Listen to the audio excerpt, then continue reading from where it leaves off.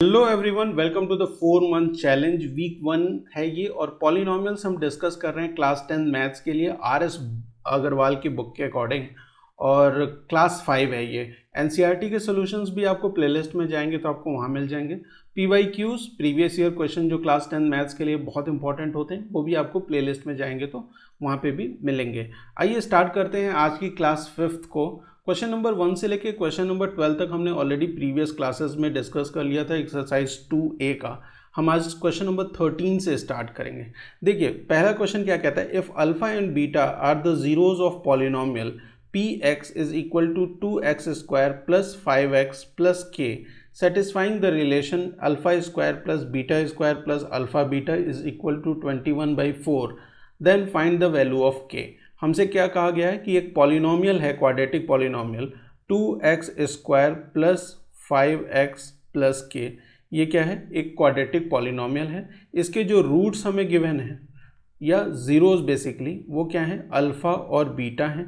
ये दोनों क्या है, इसके ज़ीरोज़ हैं। और ये ज़ीरोज़ जो हैं वो कौन सा रिलेशन फॉलो कर रहे हैं कि alpha square plus beta square plus alpha beta is equal to 21/4। ये रिलेशन ये फॉलो करते हैं।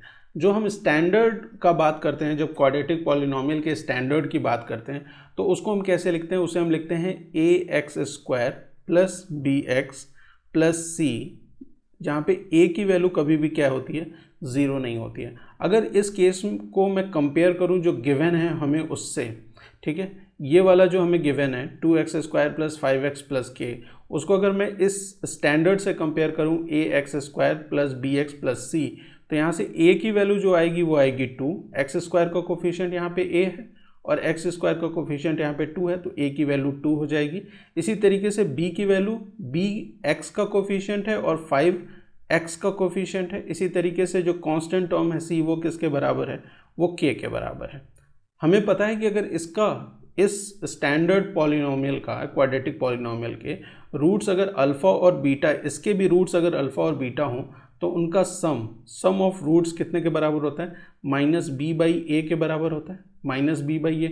और b इस वाले केस में क्या है, दैट इज माइनस में आ जाएगा, ये माइनस साइन है, b की वैल्यू 5 है तो यहाँ पे 5 रख दीजिए और a की वैल्यू क्या हमने निकाली है 2, तो अल्फ़ा प्लस बीटा क्या आ गया, -5/2 आ गया, सम ऑफ जीरोस। इसी तरीके से alpha beta, alpha into beta मतलब product of zeros, that is c/a। c क्या है यहाँ पे, k है और a की वैल्यू क्या है, 2 है। तो आपको सम ऑफ जीरोस मिल गया और प्रोडक्ट ऑफ जीरोस मिल गया। क्लियर है। अब हमें क्या करना है, इस जो सम ऑफ जीरोस है और प्रोडक्ट ऑफ जीरोस है उसको हमें यहाँ पुट करना है। लेकिन पुट करने में एक प्रॉब्लम है कि यहाँ alpha square plus beta square है और यहाँ पे अल्फ़ा प्लस बीटा है।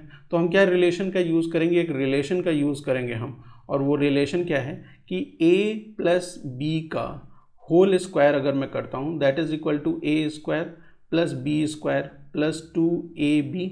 इसी तरीके से अगर मैं अल्फ़ा प्लस बीटा का होल स्क्वायर करूं तो क्या होगा, ये हो जाएगा alpha square plus beta square plus 2 alpha into beta. Clear है, कोई प्रॉब्लम नहीं। मुझे किस चीज़ की वैल्यू चाहिए, इस चीज़ की वैल्यू चाहिए, alpha square plus beta square.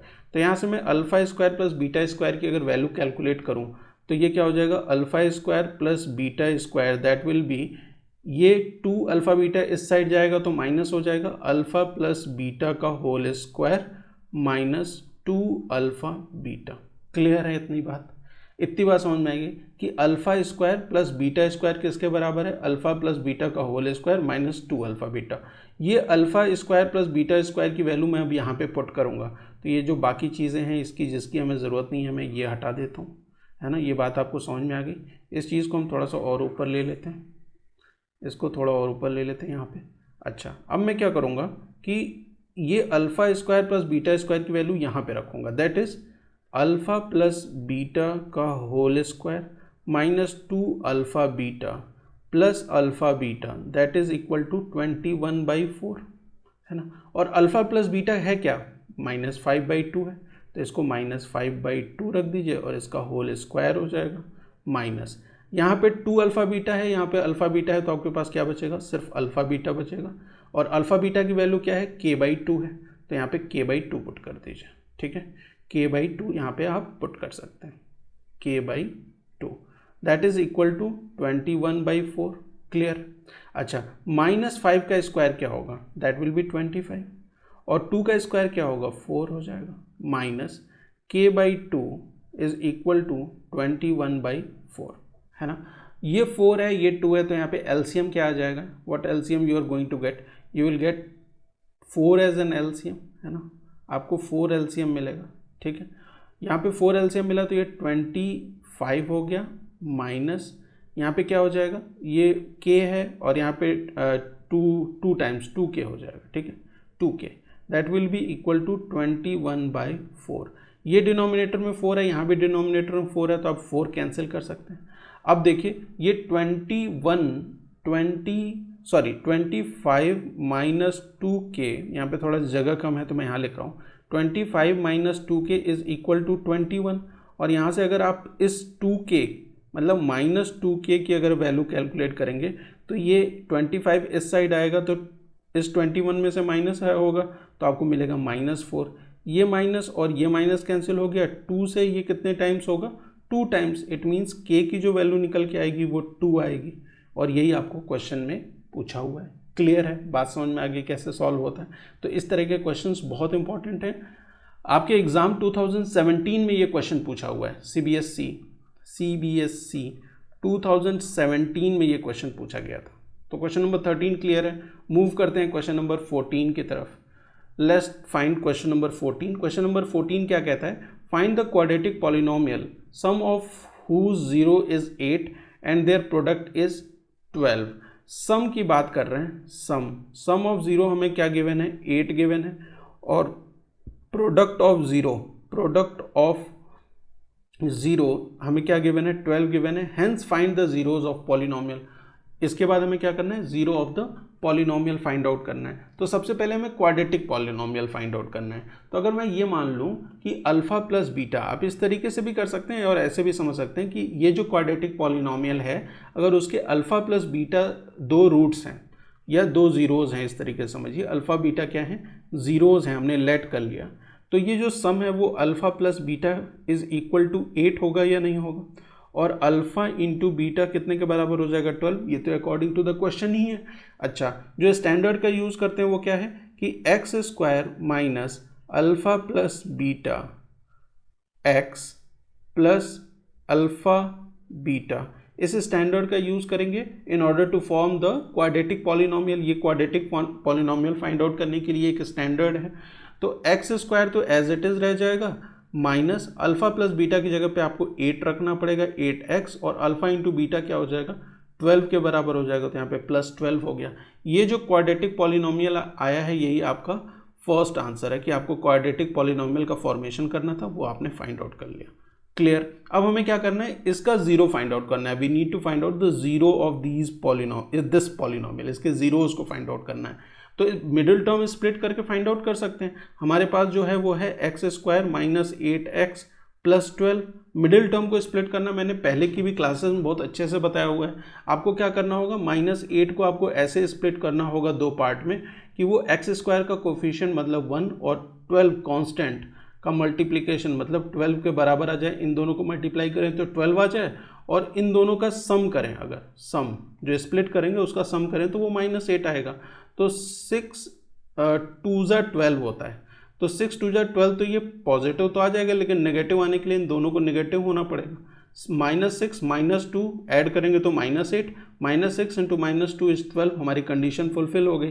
तो हम इसको 8x को -8x को कैसे ब्रेक कर सकते हैं, -6x और -2x में। तो x square -6x -2x plus 12, ये हो गया हमारा।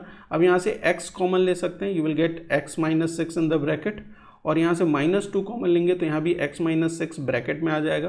तो x -2 एक ब्रैकेट में और x -6 दूसरे ब्रैकेट में। ये किसके बराबर कर देंगे, हम 0 के बराबर कर देंगे, क्योंकि zero of the polynomial find out कर रहे हैं। और अगर 0 के बराबर आपने एक बार इसे कर दिया तो ज़रा ध्यान से देखिए कि x -2 इज इक्वल टू 0, मतलब x की वैल्यू क्या आ जाएगी, 2 आ जाएगी, और x -6 is equal to 0। What does it means कि x की वैल्यू यहाँ से क्या आने वाली है, 6। तो 2 और 6 क्या हैं, 2 और 6 क्या हैं, इस क्वाड्रेटिक पॉलिनोमियल के जीरोज हैं, 2 और 6। क्लियर है। क्वेश्चन नंबर 14 क्लियर है बेटा, समझ में आ गया। नेक्स्ट क्वेश्चन पे चलें, question number 15, find the quadratic polynomials the sum of whose zero is zero and their product is -1। मतलब सम ऑफ क्वाड्रेटिक पॉलिनोमियल हमें गिवन है 0 और इसका प्रोडक्ट ऑफ क्वाड्रेटिक पॉलिनोमियल ये हमें गिवन है -1। कह रहे हैं hence find the zeros of the polynomial. सबसे पहले आपको क्वाड्रेटिक पॉलिनोमियल फाइंड आउट करना है और फिर उसका जीरो बताना है। सेम टाइप का क्वेश्चन है जैसे क्वेश्चन नंबर 14 था।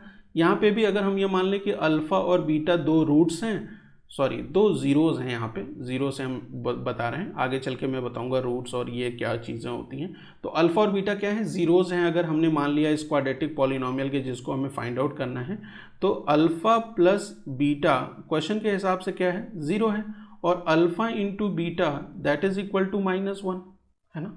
अल्फा इंटू बीटा मतलब प्रोडक्ट -1 के बराबर है। तो x square minus alpha plus beta x plus alpha beta, इस स्टैंडर्ड का यूज़ करेंगे क्वाड्रेटिक पॉलिनोमियल का फॉर्मेशन करने के। अल्फा प्लस बीटा की वैल्यू 0 है वो पुट करेंगे, अल्फा इंटू बीटा की वैल्यू -1 है वो पुट करेंगे।